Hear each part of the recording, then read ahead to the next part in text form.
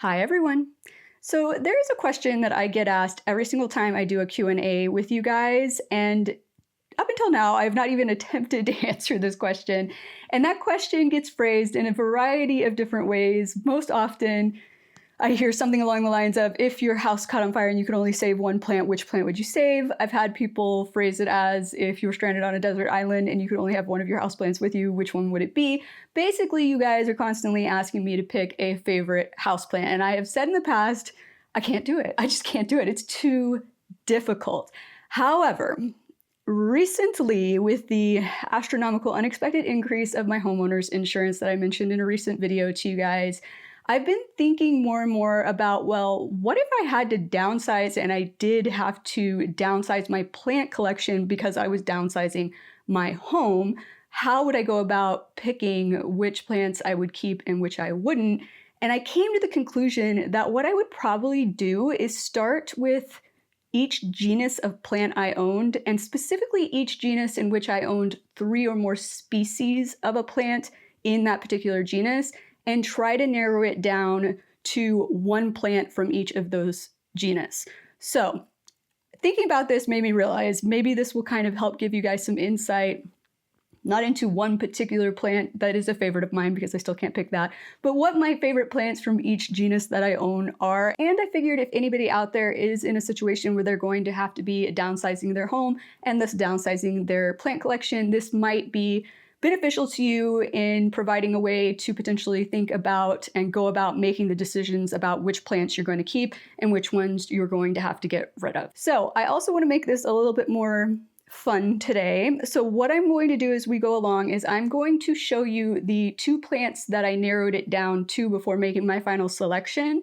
And I want you guys to guess which one I end up saying I would keep versus which one I say I'm going to get rid of. And then at the end of the video, comment down below and let me know how many you got right. And if you are new here, do not feel like this is not fair because you don't know me well enough to know, because while some of my selections may end up being not surprising to longtime viewers, I think some of them will be. So this should be a fair game. But the genus of plant that I want to start with today is philodendron, because I feel like I kind of hated on a lot of philodendrons in last week's video. So let's highlight some philodendrons I absolutely love in this week's video. So I did narrow this down. I'm not going to say it was easy. None of this was easy, you guys. Some of these were really hard to narrow down. Just want to state that up front. But I did narrow the philodendrons down to my philodendron micans and my philodendron El Choco red. So go ahead and make your guesses as to which one you think I said I would keep if I could only keep one philodendron in my collection. If you chose philodendron micans, you are 100% correct. I absolutely adore my philodendron micans, you guys. I will say philodendron Brazil was in the number 3 spot, just to let you know. I really struggled because you guys know I love my philodendron Brazil as well. But at the end of the day, the philodendron micans just ticks off all the boxes for me. I prefer trailing plants to climbing plants just in general, you guys. That's just my personal preference, my preferred aesthetic. And philodendron micans is a smaller leaf philodendron that can trail. However, one of the things I absolutely love about a lot of climbing philodendron are the velvety leaves, which the philodendron micans also has. I'm also a huge fan of plants that have red backs to their leaves, which both the El Choco and the micans do. Hence part of the reason they both ended up in the top 2 spots when trying to make this decision. El Choco is also a velvety leaf plant. But at the end of the day, this came down to ease of care and ease of maintenance. Climbing philodendron just require more maintenance. You have to chop and extend at some point because it's going to hit your ceiling at some point and you're going to have to do something about it, which to me just makes the micans that much more of an easy choice for me to make because it just is so laid back. I've never had any kind of massive issues with mine. I know there are people out there, some of you have commented to me before, that you have struggled with your philodendron micans. I fortunately have not had that experience. This plant has just done fabulously for me, and I just cannot imagine choosing a different philodendron over this one. I don't think it's ever gonna happen. I am like super digging on my El Choco red right now, you guys, though. Like it's my newest favorite philodendron, I guess, if that makes sense. Like the micans is always going to be my favorite, but That El Choco, it's like right up there with it right now. But if I had to make a decision at the end of the day, the Micans is the one I would choose. But up next, let's talk monstera. Now, I do currently have, I was gonna say I have 3 monstera. I have 3 species of monstera. I technically have 4 monstera right now. So I have my Monstera deliciosa, my all green one. This is the first monstera that I ever owned. And then I actually have 2 of the albo variety of the Monstera deliciosa. Now, do I need to? No. So obviously in situations where I just happen to have 2 of the exact same type of plant, and if I was having to downsize, I'm not going to keep both of them. That's just a given. But in addition to that, I did receive from Aroid Asia last year a Monstera Peru, a variegated variety of the Monstera Peru, which I haven't even potted up yet because I had to remove all of the roots because there was some rot. I put it into water to grow roots, and of course, it was doing absolutely nothing until I moved it into my IKEA greenhouse cabinet probably a little over a month ago now in a video with you guys, and it immediately started putting out roots after I did that. So it does have roots now, and I need to pot it up. But those are the monstera that I have. So I definitely narrowed this down really fast to the Monstera deliciosas. The reason for that is twofold. One, I don't really have experience currently growing the Monstera Peru because I haven't even potted it up yet, but I have heard from you guys that I may end up not enjoying the Monstera Peru because, as you know, I do not like plants that put out runners. And I've had several of you comment on videos telling me that that plant's probably going to put out runners. So I'm just anticipating that one is probably not going to be my favorite. So I did narrow it down to the deliciosas. So go ahead and take your guesses as to which one you think I would keep, the all green variety or the albo. And if you guessed the all green variety, you are correct. And if you are shocked right now that I did not say the albo, let me tell you why. Once again, I really appreciate at this stage in my plant journey, plants that are laid back, easy to care for, don't require a lot of maintenance. Now, in general, you might be thinking to yourself, well, Monstera deliciosas are climbing plants, and I just said about philodendron, you know, there's maintenance involved. Well, that's true for pretty much all Monstera. All Monstera are climbing plants. There are not really, other than, for example, like an Adansonii, you can let trail, but in general, most of them are grown as climbing plants in people's homes, so that's just a given. But interestingly enough, I've now had my Monstera deliciosa, my all green one, for I think it's 3.5 years now. I think I will have had it for 4 years in November. If I'm not right about that, I'll flash it up on screen for you. But I've had it for a long time, and I have never had to chop this thing down. I've never had to give it a pull. I mean, it's just got plastic skinny support stakes in the pot, and that's it. And there's like 10 vines in that pot, you guys. And it's just done great for me. I've repotted it once. Honestly, I'm positive it needs to be repotted again. I'm having to water it way more frequently than I used to. So I do need to give it a repot. It's probably slowed a little bit in growth because it needs a repot, but it's doing fine. It's not killing off a ton of leaves. I've lost maybe in that entire time I've owned that plant, maybe 6 leaves, maybe. This plant has just done great for me.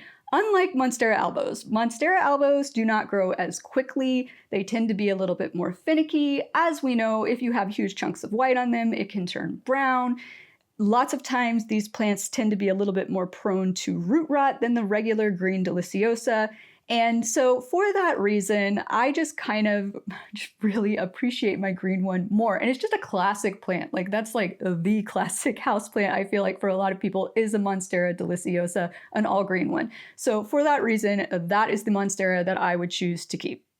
Up next though, let's do epipremnums. Now I do have quite a few, maybe, no, I guess I only have 3. I only have 3? I think I only have 3. I have my beautiful marble queen. That was the first epipremnum, aka pothos, that I got. I then got my beautiful pearls and jade that you see back here.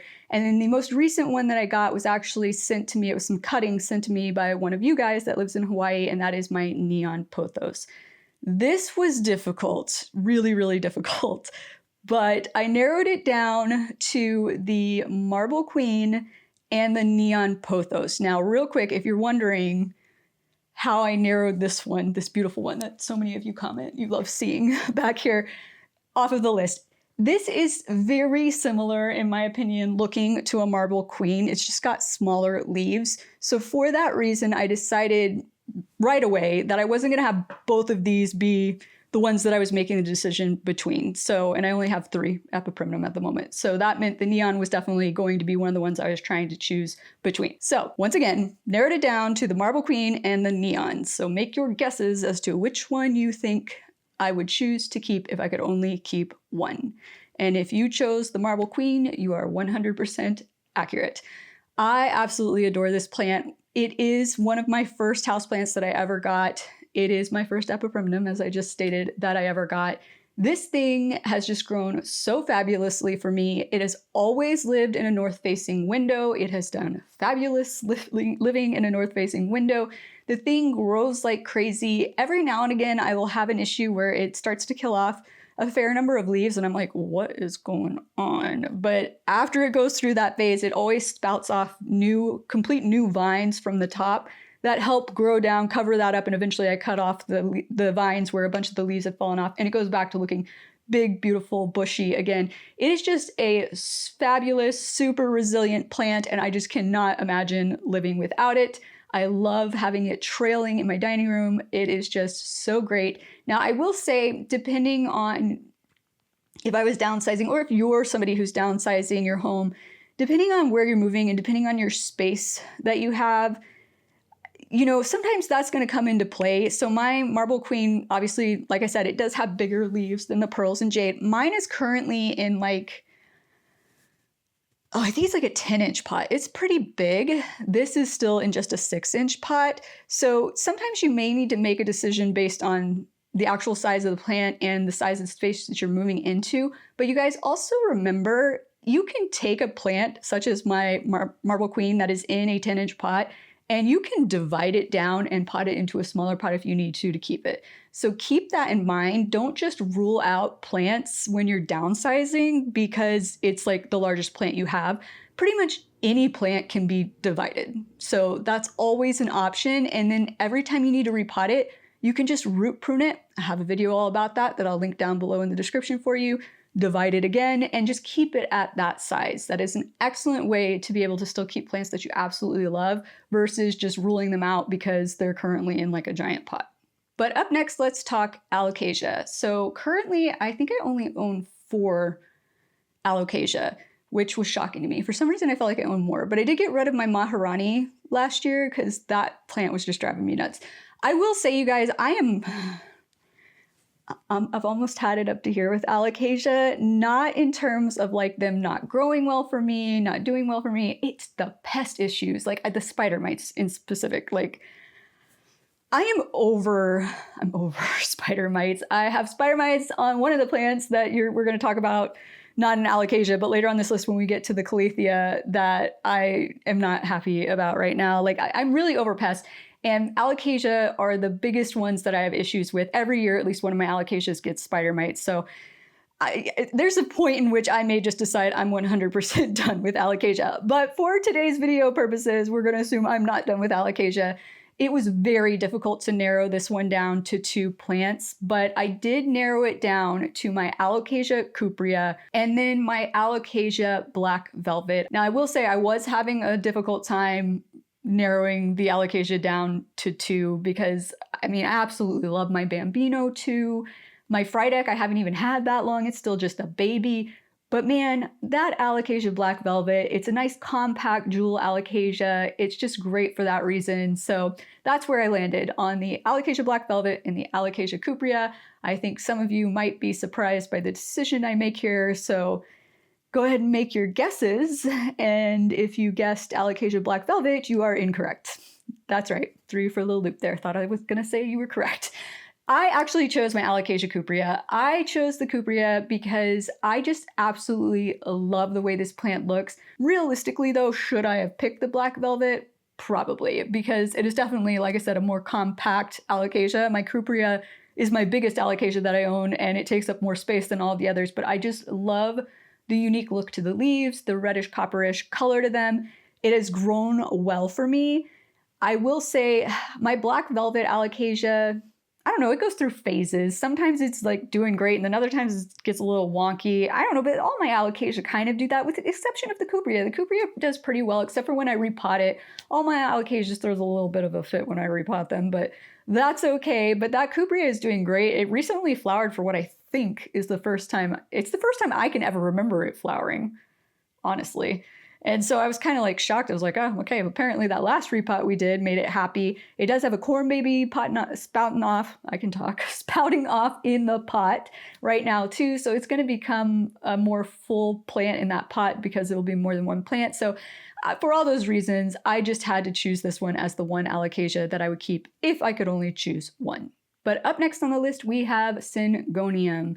This one was really easy for me to make. It sounds horrible. I'm sorry, plants. Like looking at my syngonium on my desk, like, okay, so I narrowed this one down to my syngonium glogo and my syngonium red spot tricolor. So go ahead and make your guesses as to which one I would keep. And if you guessed the syngonium glogo, you are 100% correct. This was a no-brainer for me, you guys. I absolutely adore my glogo. It has grown the best for me out of my syngoniums in terms of growing in the way I want it to grow, which is bushy and upright. I don't particularly want to let my syngoniums get to the point that they're trailing a lot. I do not like syngoniums on pole, personal opinion. I absolutely adore the red spot tricolor. That is the newest syngonium out of all the ones in my collection. However, I am starting to think that I'm going to enjoy that plant more as a juvenile plant and less as a mature plant. This is just a hunch I have.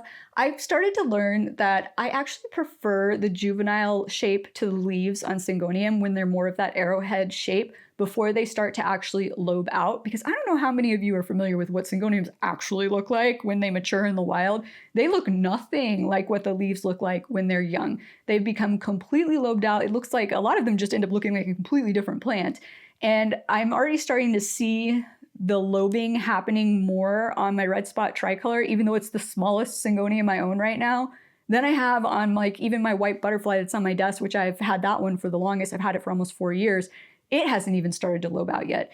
So I'm kind of leaning towards I might end up not liking that red spot tricolor as much in a few years when the leaf shape has changed and developed into a more mature leaf shape. I absolutely love the coloring on that plant though, 100%.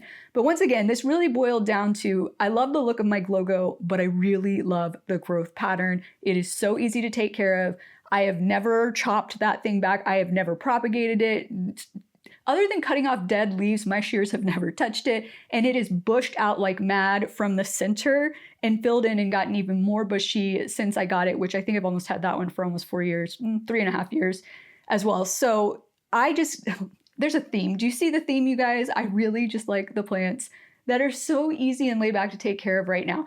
And that is actually what made this next genus so difficult to choose from. I still don't even know if I made the right decision on this one or not. Like, this was the hardest one. So we're going to talk about Hoya next. I own a crap ton of Hoya. I have not recently done a full tally. I didn't write it down like how many I had in each genus when I was doing this, but I'll tally it up after this video and I will flash up on screen which genus I have more species of than any other. I'm pretty sure it's Hoya.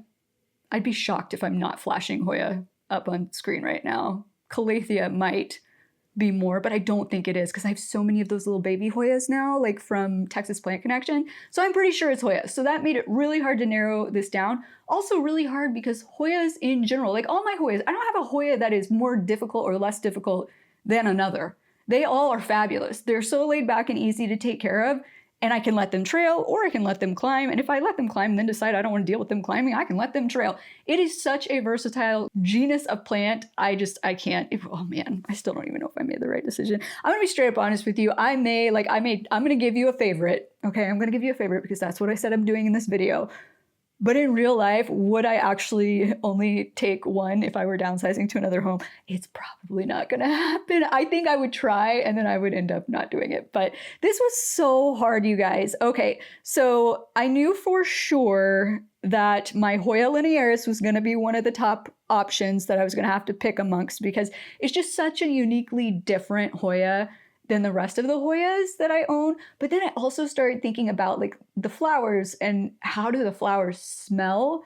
And this is really my fault for moving my Hoya croniana from my bedroom a couple months ago into the living room right behind where I sit on the couch when I watch TV, because I get to smell those flowers even more now and they smell so good. And if I'm being honest with you, the croniana flowers and the linearis flowers smell pretty similar, but actually I feel like the cronianas are a little bit nicer of a scent.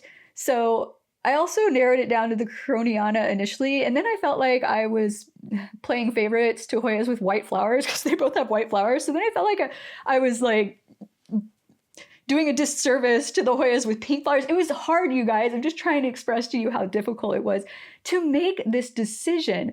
But ultimately, here are the two Hoya that I narrowed it down to. My Hoya linearis and my Hoya carnosa compacta variegata. I'm going to be really interested to see how many of you get this particular one correct. I'm sure some of you are out there like, oh, I don't even know which one she would pick. Probably because I went back and forth for a few days on which one I would pick. But at the end of the day, I decided I would keep the Hoya linearis. This plant is just so different. Well, both of these plants are really different from a lot of other Hoyas, honestly. And the other thing I was struggling with is they're both pretty difficult to find right now. And another reason I'm telling you guys, I'm still not convinced myself. I feel like I'm trying to talk myself into believing my decision right now, but they're both really hard to find right now. The Hoya linearis is astronomically expensive right now, at least in the US, because it's so difficult to find. Both of mine are relatively mature specimens. Now, my Hoya linearis is in just a 3-inch pot, so it's not like it's gargantuan. But those of you who've owned any kind of Hoya carnosa compacta, you know that those things take forever to grow out. And mine is in a 6-inch pot. It has at least one long trailing vine, and all the other vines are really starting to take off now. And so the only places or time, what am I trying to say? The only times recently that I have seen Hoya carnosa compacta variegata for sale anywhere, they've been in like a 3-inch pot. It's like maybe 1 or 2 vines and they're literally like this tall. So for that reason, I would have a really hard time parting with that plant. But same thing with the linearis. I don't see linearis anywhere at all. And on the off occasion I do see them, like I just said, they're crazy expensive. They're in like a 3-inch pot and it's just like a few vines that are like this long. Now in my experience, the linearis does grow more quickly. See, now I'm thinking maybe I should have picked the carnosa. So difficult, you guys. But the other thing about the linearis is it doesn't take up as much space. The carnosa compacta, those vines, I don't even know how to explain this. They don't hang just loosely. Is that the best way to describe it? They always have some kind of like curve or kink to them. And so it can end up taking up a lot more space than a linearis, because linearis's leaves are really tiny and thin, and the vines hang perfectly straight down, so it doesn't take up a lot of room. And since we are talking about downsizing, and because I feel like the Hoya carnosa compacta is one of those plants where, yes, I could do what I was describing earlier, where I could like divide it up, put it in a smaller pot, but it just doesn't look as good if you just have like one vine of a carnosa compacta. It's just, I mean, one vine of a linearis wouldn't look great either, but the amount of space that like 5 or 10 vines of a linearis would take up is the same as one vine of a carnosa compacta. Does that make sense? I'm probably just rambling here because I don't really want to commit to my decision, but that's what I said, and that's what I'm sticking to, the Hoya linearis. Okay, let's look who's next up on the list. Gonna take a sip of my coffee before it gets too cold. All right, let's talk marantas next. So I do currently own 3 marantas. And by the way, you guys, I was at Whole Foods earlier. That's where I got my coffee this morning. And they had in hanging baskets, it was the Live Trend brand. So I don't know how many of you are familiar, but is that what it's called? Yeah, I think it's called Live Trends. But Live Trends sells their houseplants in nursery pots inside of really nice decorative cover pots. And so they had in decorative cover pots with hangers, like the jute twine type hangers on them at Whole Foods for only $15 something, Maranta silver bands, 4-inch pot Maranta silver bands. It was not crazy trailing, but it was a nice full bush inside of this cute little decorative pot with a hanger. $15 something. A few years ago, a 4-inch maranta silver band would have cost you like $70. I was so shocked. I was highly tempted to buy one. I don't really have a place to put one. I passed, but oh my God, I've always wanted a silver band too, but also with the flat mite issue that I've dealt with on my marantas, I'm hesitant to bring a new one in just yet, even though I'm pretty sure I have the flat mite situation eradicated. However, currently I own 3 marantas. This was also a tough decision, and once I tell you my decision, I will explain why. I have my lemon lime maranta, my all green variety maranta, and my OG maranta, which was my red maranta. They are all looking way better now. Well, I should say the lemon lime and the red are looking way better because the flat mite issue is resolved. They're growing back in fabulously. I can't wait for them to start trailing again. I am just so excited about how they're looking that it made making this decision a little bit more difficult. But at the end of the day, I narrowed it down. And once again, I feel like this might surprise some people. I narrowed it down to my red maranta and my green maranta. So go ahead and make your guesses as to which one I picked as the one that I would keep if I could only choose one. If you guessed the green maranta, you are wrong. I would definitely keep my red maranta, although I came this close, you guys, to saying I would keep that green maranta. And the main reason I came that close is because somehow it didn't get flat mites. They were all living in the same window, like in a line next to each other. It was the green maranta, the red maranta in the middle, and the lemon lime on the end. And the red maranta is the one that had the worst infestation. So I'm pretty sure it's the first one that got the flat mites. Then the lemon lime got them. Some miracle, the green one never got them. I have never, I hate doing this in videos. You guys, you laugh at me for doing this, but I swear anytime I say a plant's never had a pest issue in a video, within a month, that plant has a pest issue. But knock on wood, the green maranta has never had a pest issue. It hasn't had spider mites. It hasn't had flat mites, no mealies, no nothing. Somehow that plant those mites just avoided that plant. There may be something in the genetics, the appearance, whatever it may be, that is less desirable to those pests than the other types of marantas. But that did not stop me from picking the red maranta as the one I would keep because I just absolutely love the way this plant looks. I love the red veins on there. That is so unique to this plant. It's got those beautiful red backsides to the leaves. It was my first maranta. I have affectionately renamed her Big Mama because she just got so massive. She's in a 10-inch pot right now. And somehow she survived all of that flat mite issue and losing almost all of her leaves without me having to down pot her, which normally I do down pot if my plants are in that big of a pot and I have to cut them all the way back. She survived all of that. She's coming back beautifully. She's resilient for sure. And she's just beautiful. So that's why I had to pick that plant. But up next, let's talk peperomia. This one was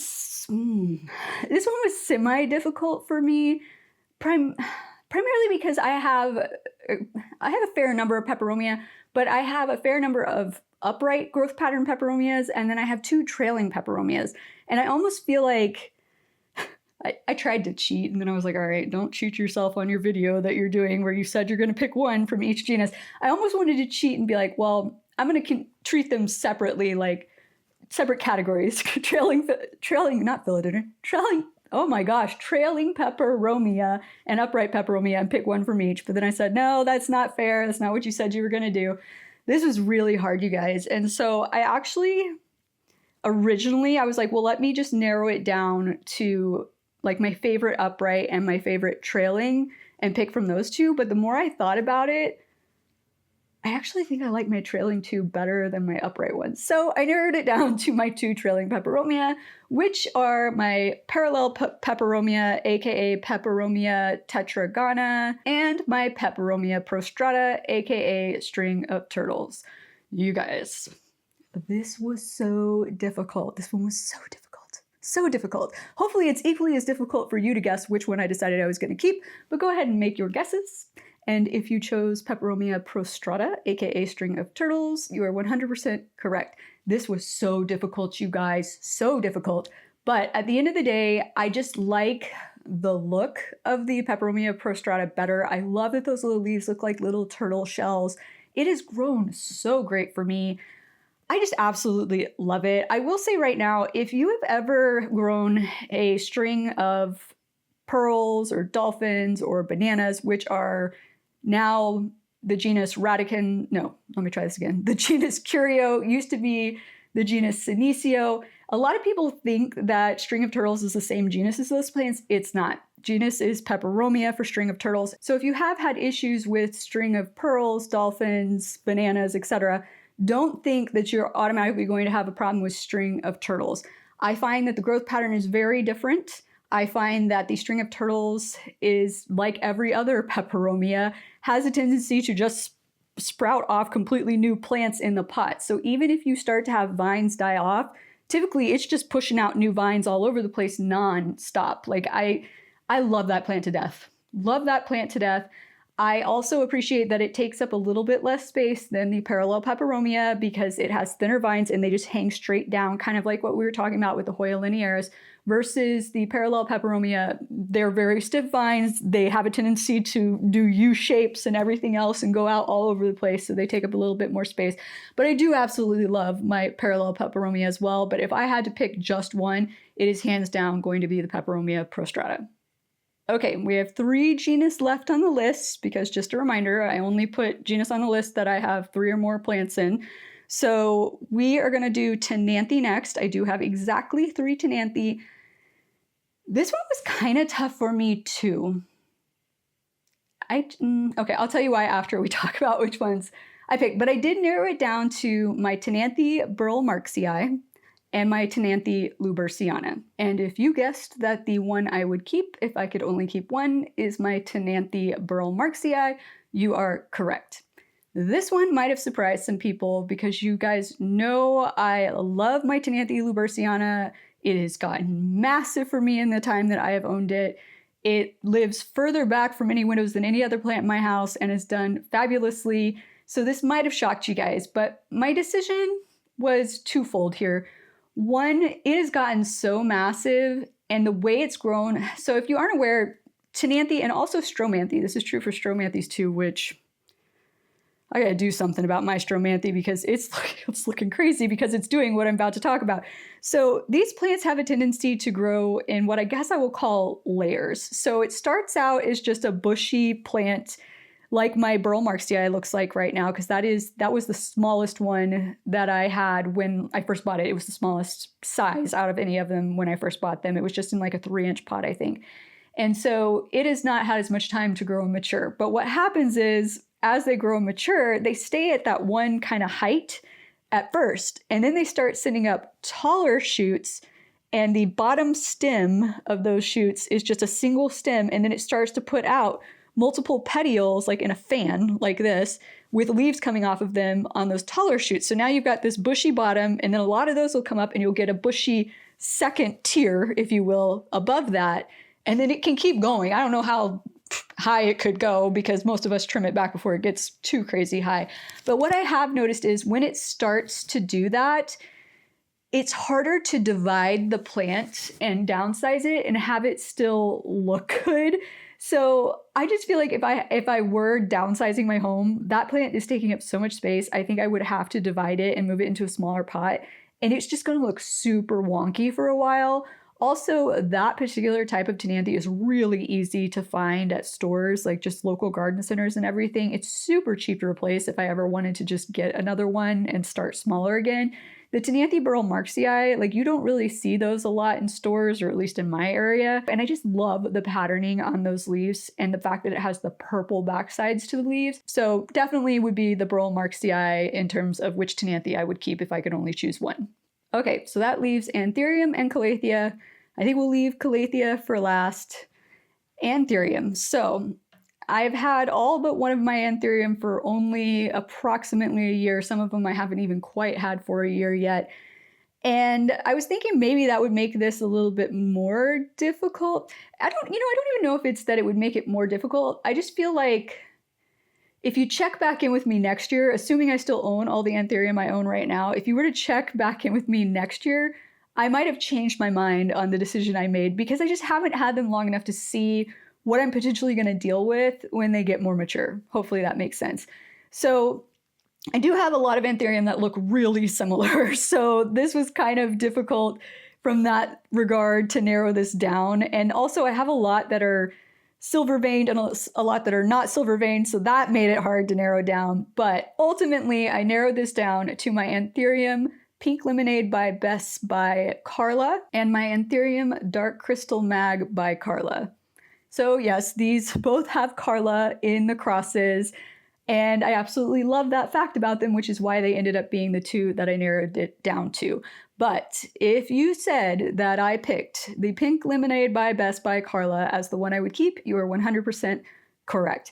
I just absolutely love the look of these leaves. I love the shape of these leaves. I honestly am not sure how large these leaves are going to get. The other plant has sized up way more quickly, but its leaves were already, weren't quite twice the size of the Pink Lemonade by Bess by Carla when I got them, but they were pretty close. So I'm not surprised that it's gotten bigger, but it is part magnificum as well. So that's just in general, tends to be a bigger leafed anthurium. So I kind of feel like my Pink Lemonade by Bess by Carla is probably, at the end of the day, when both were mature, it would have smaller leaves than the other one, which is part of the reason that I selected it, because once again, we are talking about downsizing to a smaller place. Therefore, obviously, less space. The plants that take up less space would be better. And interestingly enough, even though my Dark Crystal Mag by Carla is kind of sprawling outward and a bit downward, which a lot of you told me is common with Carla crosses, my Pink Lemonade by Bess by Carla isn't really doing that yet. It's staying a little bit more upright. So that's another reason that I chose that one. But in general, I just absolutely adore the look of that plant. And that's really, at the end of the day, what it boiled down to. Okay, so last but not least, which of all of my calathea would I pick? Oh man. All right. This was hard. It was really hard. I thought it was going to be easy. Like in my brain, when I first started thinking about it, I was like, oh, of course, I'm going to narrow it down to these two. But then I went and I looked around at like all of my calathea and I was like, oh, maybe that's not what I want to do. I don't know. I was so going back and forth and it was just really, really hard, you guys. So I did end up narrowing it down to my Calathea warskawesii, and this will probably be no surprise to anybody, my Calathea white fusion. This was so hard, you guys. Which plant do you think I picked? If you guessed my Calathea white fusion, you are 100% correct, and that probably did not come as a surprise to many people who have been here for a long time, because I always talk about how much I adore this plant. Even though it is a total spider mite magnet, it is so resilient. I mean, once again, I've cut this plant all the way back to like several leaves that looked like crap and were dying, and it comes back bigger and bushier every time. I am positive it needs a repot right now. It's starting to need to be watered way more frequently. It's starting to kill off more of its older leaves. So we're going to need to slip it out of its pot in an upcoming video and repot it. And I think we might actually divide it, because I just don't really, it's happy living in my master bathroom. And if I take it up to another pot size, it's going to be too big to be in there. So I'm going to have to do some root pruning and dividing. I'm kind of interested to see if it's going to throw a complete and total fit or not. But at the end of the day, it is one of my favorite calathea, not only because of how resilient it is, but also just how beautiful it is with that white and green variegation on the leaves, and then the purple backsides to the leaves as opposed to the reddish color that we see more often than purple on calathea. I just absolutely adore this plant, and it has taken me on such a journey, and it is now so big and beautiful. I never see ones this big anywhere else, not even really on Instagram or anything, because I feel like people get so fed up with this plant and they just throw it away. And when you find them in stores, they aren't that big. So for that reason, I would not want to ever have to start over with this plant, like buying a new one. So I just can't imagine giving it up. So it is definitely the calathea I would keep if I could only keep one calathea. But there you have it, you guys. Those are the plants I would keep from each genus in which I own more than 3 if I had to choose just one. Don't forget to comment down below and let me know how many you guessed correctly. And I hope you guys have enjoyed this video. If so, please be sure to click that like and/or subscribe button down below. And I look forward to seeing you again next time. Aloha!